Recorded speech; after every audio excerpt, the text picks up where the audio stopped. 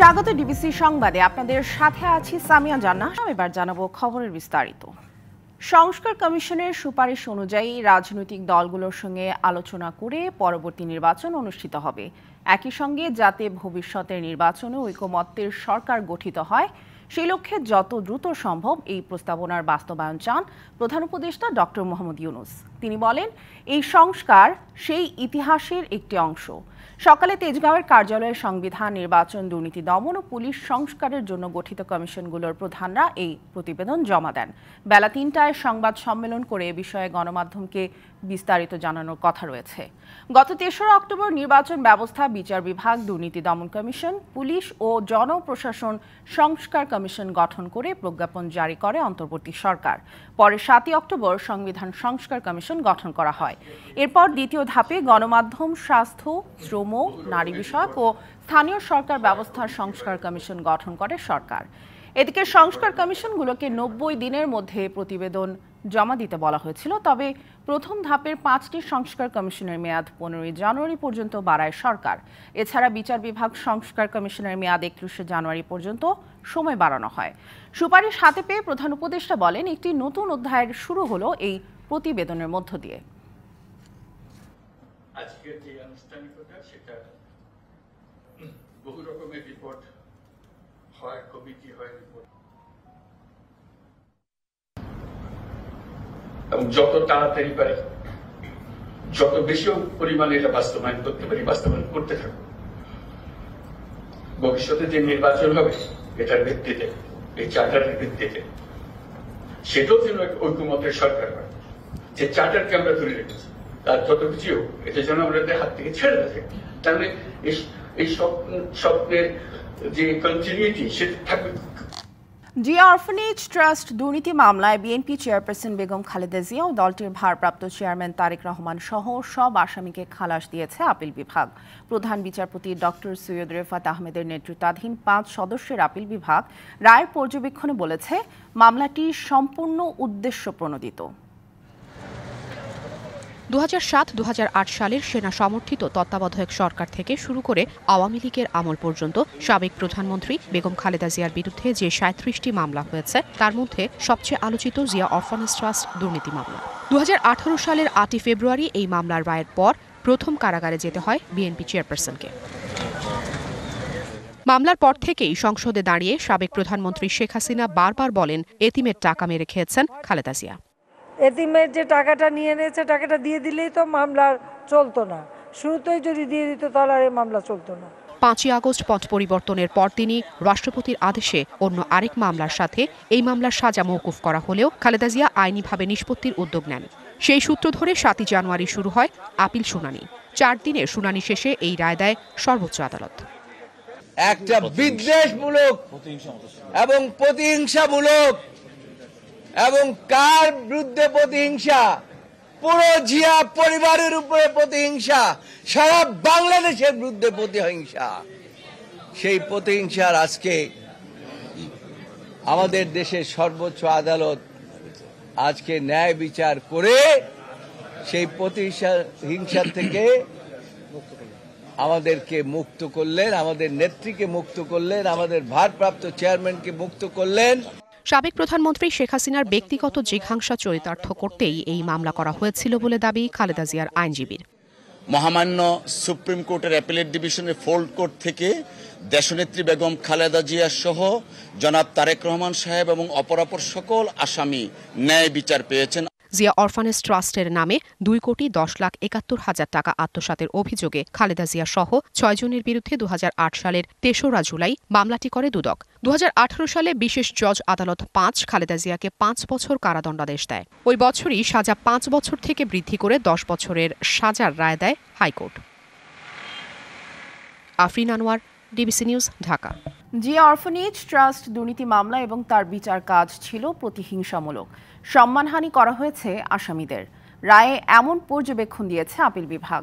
রায় শেষে আইনজীবীরা জানান, শেখ হাসিনার ব্যক্তিগত জিঘাংসা চরিতার্থ করতেই মামলাটি ছিল সম্পূর্ণ উদ্দেশ্য প্রণোদিত।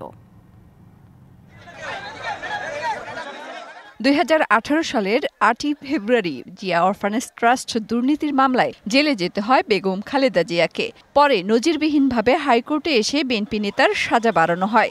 এ মামলায় 2 বছর 1 মাস 13 দিন জেল খাটেন বিএনপির চেয়ারপারসন।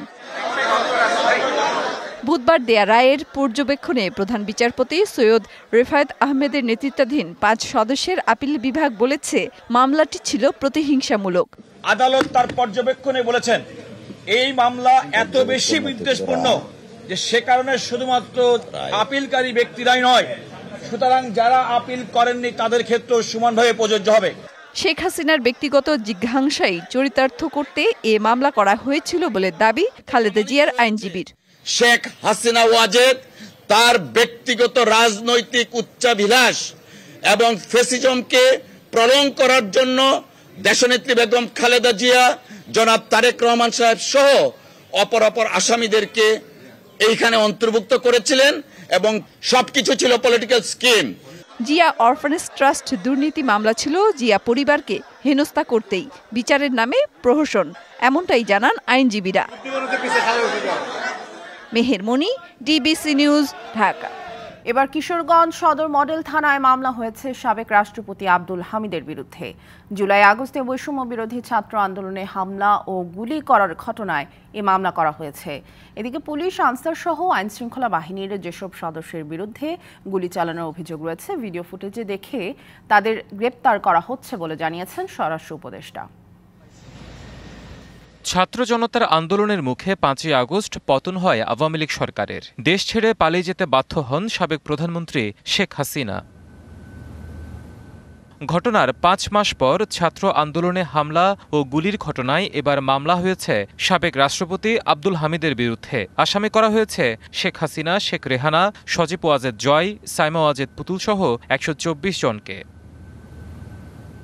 কিশোরগঞ্জ সদর থানায় করা মামলায় বাদী বিএনপি কর্মী তহমুল ইসলাম ওরফে মাজহারুল দাবি করেন আন্দোলনের সময় তিনি আহত হয়েছিলেন। মামলাটি তদন্ত করে যথাযথ আইনি ব্যবস্থা নেওয়া হবে বলে জানিয়েছেন সদর মডেল থানার ভারপ্রাপ্ত কর্মকর্তা। তবে এ বিষয়ে জানতে চাইলে কথা বলতে রাজি হননি সদর মডেল থানার ভারপ্রাপ্ত কর্মকর্তা। এদিকে খোঁজ মেলেনি বাদীরও।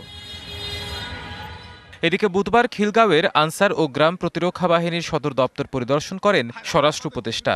বলেন, আন্দোলনের ফুটেজ দেখে অনেক পুলিশ সদস্যকে গ্রেপ্তার করা হয়েছে, কাউকেই ছাড় দেয়া হয়নি। যাদের ধরেন ওই ফুটেজ আছে আছে তাদের কিন্তু ধরার চেষ্টা করা হচ্ছে, ডেইলি কিন্তু তাদের 2-1 করে ধরা পড়তেছে।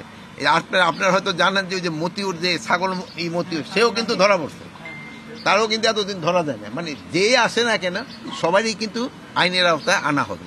আইনশৃঙ্খলা পরিস্থিতি ও নির্বাচনে আনসার ও গ্রাম প্রতিরক্ষা বাহিনীকে কাজে লাগাতে আরো দক্ষ করে তোলা হচ্ছে বলে জানান স্বরাষ্ট্র উপদেষ্টা। ট্রেনিংটা আরো কিভাবে ভালো করা যায় এবং এরা জনগণকে কিভাবে আরো বেশি সেবা দিতে পারে এই ব্যাপার। হিমাদ্রি রাহা, ডিবিসি নিউজ। ইচ্ছে ছিল ছেলেকে প্রকৌশলী বানাবেন, সেই স্বপ্ন বুকে নিয়ে 13 বছর আগে ঢাকায় পাড়ি জমান বেসরকারি বিশ্ববিদ্যালয় শিক্ষার্থী সজলের বাবা মা। কে জানতো বৈষম্যের বিরুদ্ধে কথা বলতে গিয়ে ছেলেকে পুড়িয়ে মারা হবে, সেই সাথে ধূলিসাৎ হবে ছেলেকে প্রকৌশলী বানানোর স্বপ্ন। পরিবারের একমাত্র ছেলের সন্তানকে হারিয়ে দিশেহারা পুরো পরিবার।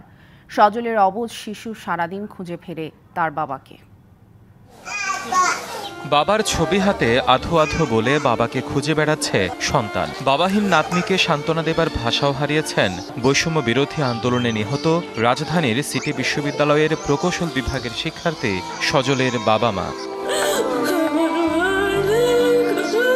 13 বছর আগে ছেলেকে ইঞ্জিনিয়ারিং পড়ানোর ইচ্ছা থেকে ঢাকায় বসবাস শুরু করেন গাইবান্ধার শাখাটা উপজেলার শ্যামপুর গ্রামের খলিলুর রহমান।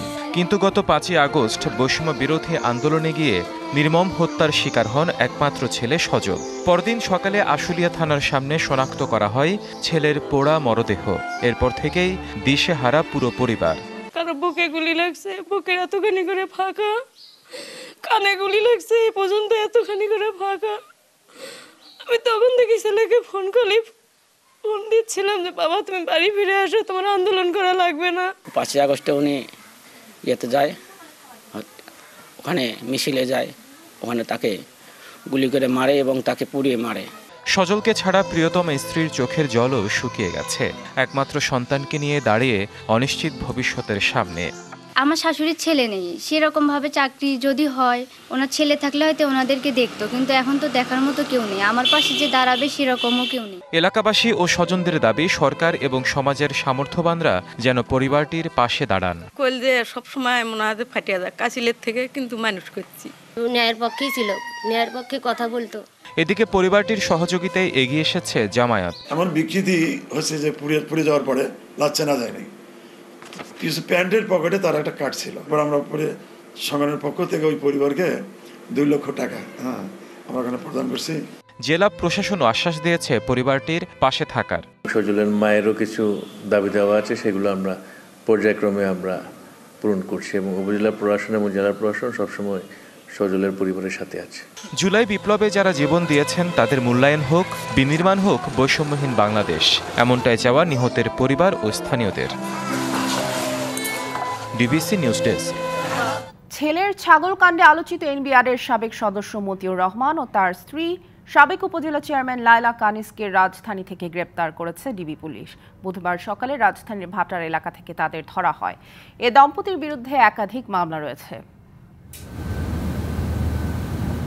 গত বছর ঈদুল আজহার আগে 15 লাখ টাকায় একটি ছাগল কিনতে গিয়ে সামাজিক যোগাযোগ মাধ্যমে ভাইরাল হয় মুশফিকুর রহমান ইফাত। সে এনবিআরের সাবেক সদস্য মতিউর রহমানের ছেলে। ঘটনার সূত্রপাত সেখান থেকেই। এরপর দুদকের তদন্তে বেরিয়ে আসে মতিউর রহমান ও তার পরিবারের অবৈধ সম্পদের তালিকা।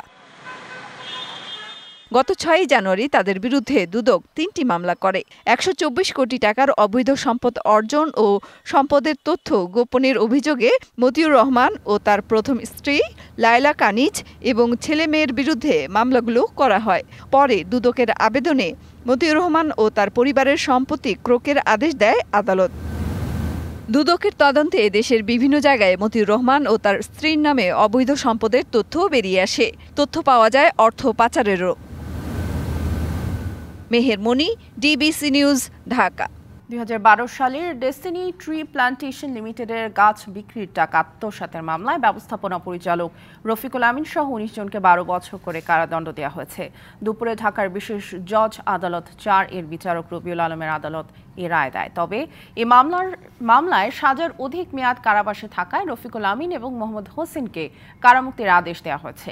সাজাপ্রাপ্ত উল্লেখযোগ্য আসামিরা হলেন ডেস্টিনির পরিচালক, অবসরপ্রাপ্ত লেফটেন্যান্ট জেনারেল হারুনুর রশিদ, মোহাম্মদ গোফরানুল হক। এদের মধ্যে কারাগারে আছেন রফিকুল আমিন, ফারহা দিবা ও মোহাম্মদ হোসেন। জামিনে আছেন হারুনুর রশিদ। এছাড়া 15 আসামি পলাতক রয়েছেন। অর্থ আত্মসাৎ ও অর্থ পাচারের অভিযোগে 2012 সালের 21 জুলাই রাজধানীর কলাবাগান থানায় 2টি মামলা করে দুদক। বাড়তি করের কারণে দাম বেড়েছে ফল, মিষ্টি, চশমার ফ্রেম, পোশাক, মুঠোফোন সেবা, রেস্তোরাঁর খাবার খরচ সহ শতাধিক পণ্য ও সেবার। দ্রব্যমূল্যের ঊর্ধ্বগতির বাজারে শুল্কের বোঝা চাপিয়ে দেয়াকে অযৌক্তিক বলছেন ক্রেতারা। অতিরিক্ত দামে প্রায়ই বাক বিতণ্ডায় জড়াচ্ছেন ক্রেতা বিক্রেতারা। ভোক্তা অধিকার সংরক্ষণ অধিদপ্তর মনে করে রাজস্ব আদায় বাড়াতে কর বৃদ্ধির প্রভাব পড়ছে জনজীবনে। অর্থবছরের মাঝামাঝি সময়ে শতাধিক পণ্য ও সেবার ভ্যাট ও সম্পূরক শুল্ক বাড়িয়েছে সরকার। এতে রাতারাতি দাম বেড়েছে সেসব পণ্যের। আগে রেস্তোরাঁয় 1000 টাকায় 5% ভ্যাটে পরিশোধ করা হতো 1050 টাকা। এখন 300 টাকার কিছু বেশি খেলেই ভ্যাট দিতে হচ্ছে 50 টাকা, অর্থাৎ বাড়তি গুনতে হচ্ছে প্রায় 3 গুণ ভ্যাট। আমদানি করা প্রতিটি ফলের দাম কেজিতে বেড়েছে 20 থেকে 100 টাকা। দাম বেড়েছে ফলের রস এবং বাদামের। পরশু থেকে কালকে পর্যন্ত 1 কেজি 30-40 টাকা বাড়ছে অলরেডি। রক্তচোষা ভ্যাট, এই ফল মূল গরিবরা কেউ খেতে পারছে না। ওটার দাম দেখা গেছে 20 টাকা, 30 টাকা, 50 টাকা, এমনকি 100 টাকা পর্যন্ত প্রতি কেজি ফলে বাড়ছে। প্রিয়জনের সঙ্গে মুঠোফোনে কথা বলবেন, সেখানেও হতে হবে সাবধানী। যেখানে 3% ভ্যাট যোগ হওয়ায় 100 টাকা রিচার্জে থাকছে মাত্র 43 টাকা 70 পয়সা। দাম বেড়েছে চশমার ফ্রেম, সানগ্লাসেরও। ভ্যাট বাড়ায় 1 কেজি মিষ্টি কিনতেও ভাবতে হচ্ছে ক্রেতাকে। বছরের ভিতরে কয়েক দফা বেড়ে গেছে, ফ্রেমের উপরও বেড়ে গেছে। সেই ক্ষেত্রে আমরা কাস্টমার থেকে যখন প্রাইসটা নিতে যাই তখন আমরা নিতে পারি না। সরকার যে বিভিন্ন পণ্যের উপরে ভ্যাট বাড়িয়েছে, এটা আসলে আমাদের মধ্যবিত্ত বা নিম্নবিত্ত এদের উপরেই এফেক্টটা করবে। এমন পরিস্থিতিতে ভোক্তা অধিকার সংরক্ষণ অধিদপ্তরের মহাপরিচালক জানান, কর বৃদ্ধির প্রভাব পড়বে সমাজের সব স্তরেই।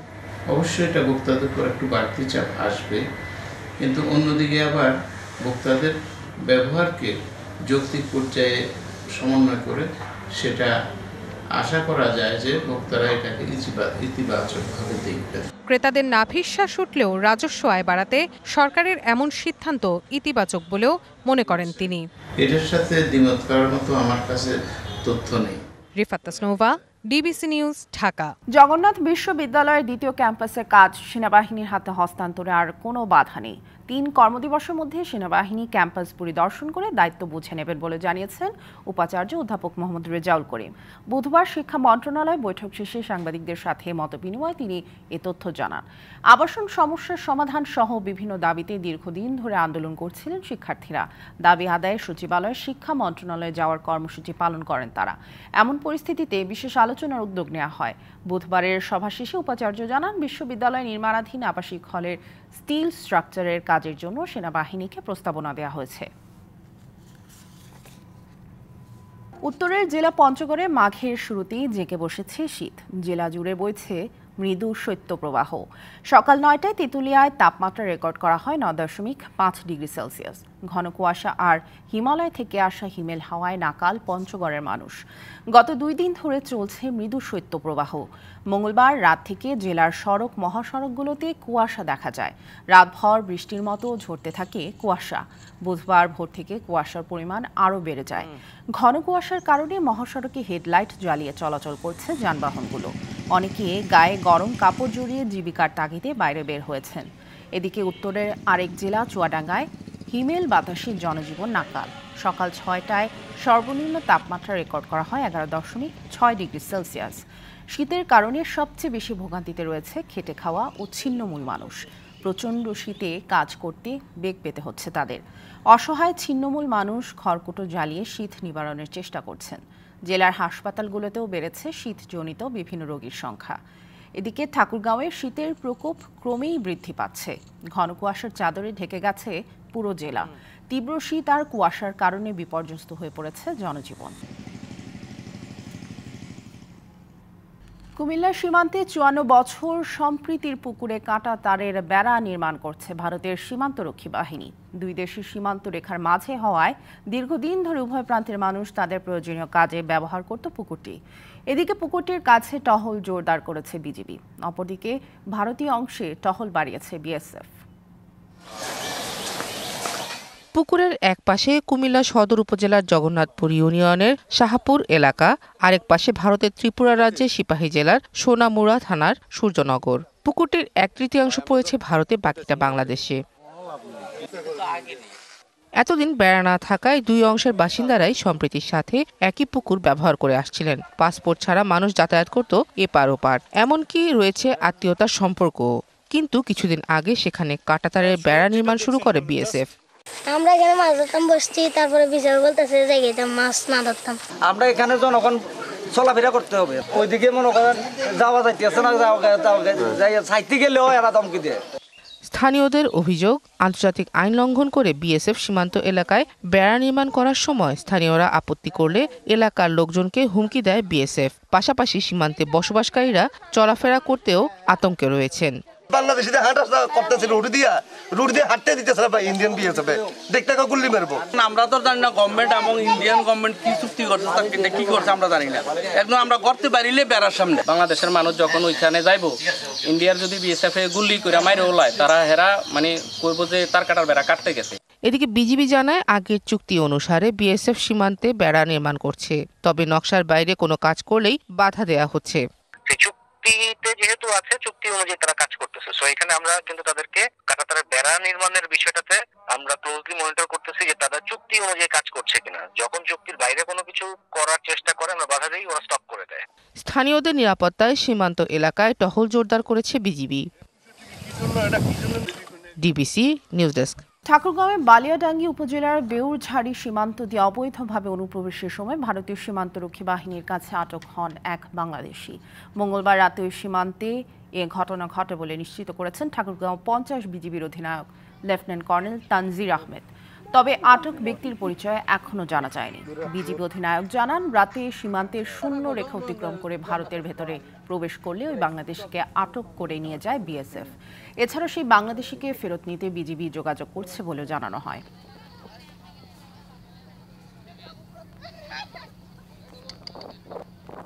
রাষ্ট্রদ্রোহ ও ক্ষমতার অপব্যবহারের অভিযোগে দক্ষিণ কোরিয়ার অভিশংসিত প্রেসিডেন্ট ইউন সুক ইয়োলকে গ্রেপ্তার করেছে দেশটির তদন্তকারী দল।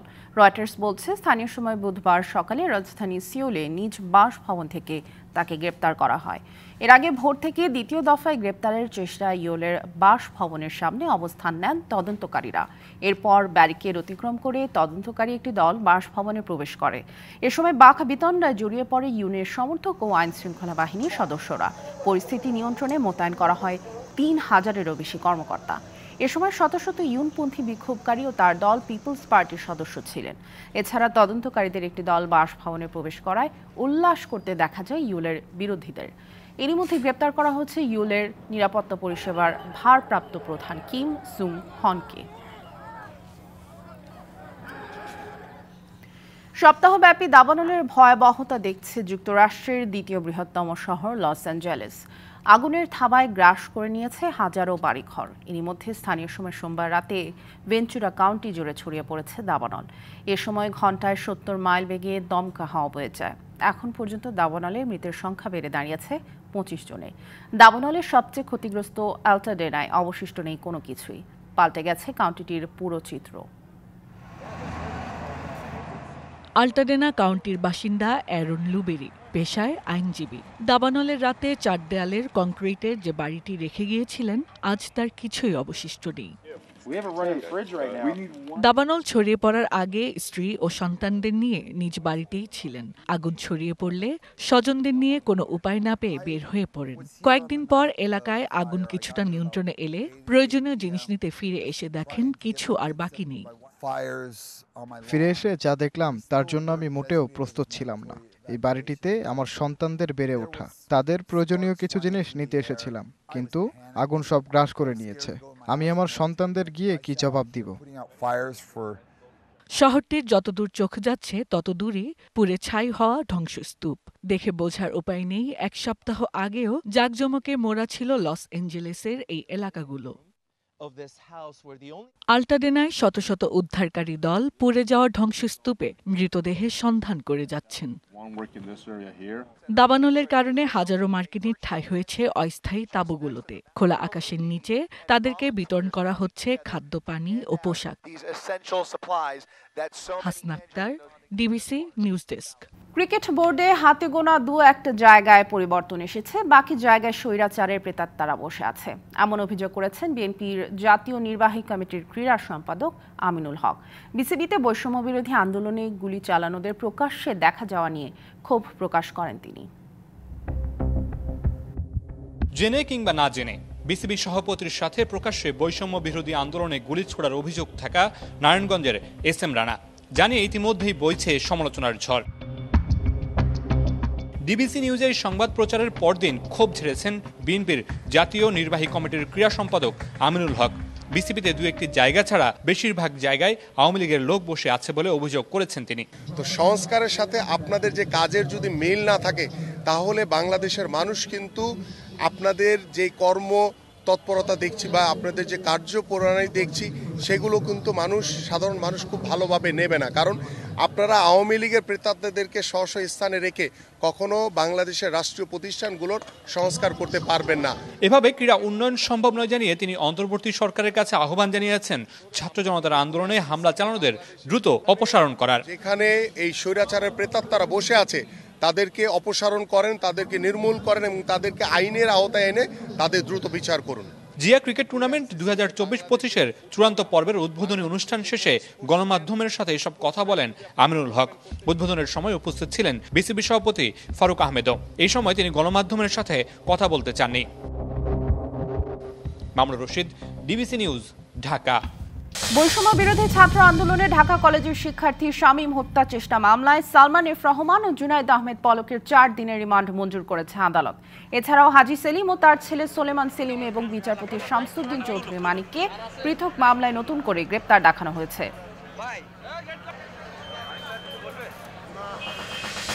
ঢাকার সিআইডি কার্যালয়ে খুলনার ৫ চিকিৎসককে ৪২ দিন আটক রেখে শারীরিক ও মানসিক নির্যাতনের অভিযোগে ৬ সিআইডি কর্মকর্তার বিরুদ্ধে আদালতে অভিযোগ দায়ের করেছেন খুলনা বিএমএর সভাপতি ডাক্তার শেখ বাহারুল আলম। ২০২৪ সালের ১৮ আগস্ট তাদের আটক করা হয়।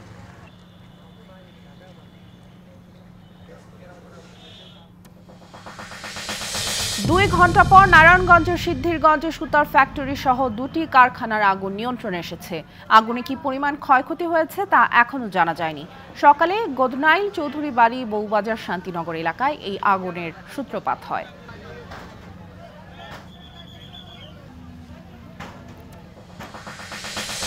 আধিপত্য বিস্তার, স্থানীয় দ্বন্দ্ব ও পূর্ব শত্রুতার জেরে কক্সবাজারে কেসিসির সাবেক কাউন্সিলর গোলাম রব্বানী টিপুকে হত্যা করা হয়েছে বলে জানিয়েছে পুলিশ।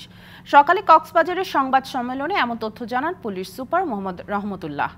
এ হত্যার ঘটনায় হোটেলের সিসিটিভি ফুটেজ দেখে এক নারী সহ ৩ জনকে গ্রেপ্তার করা হয়।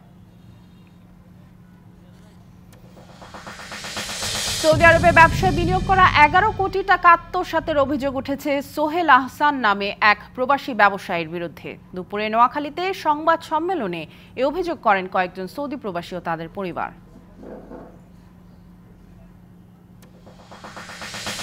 কিশোরগঞ্জ শহীদ সৈয়দ নজরুল ইসলাম মেডিকেল কলেজ হাসপাতালে ভুল ইনজেকশনে 2 রোগীর মৃত্যু হয়েছে। রোগীর স্বজনদের দাবি নার্সদের অবহেলার জন্যই তাদের মৃত্যু হয়েছে। রোগীদের ইনজেকশন দেওয়ার 10 থেকে 15 মিনিটের মধ্যে তারা মারা যান।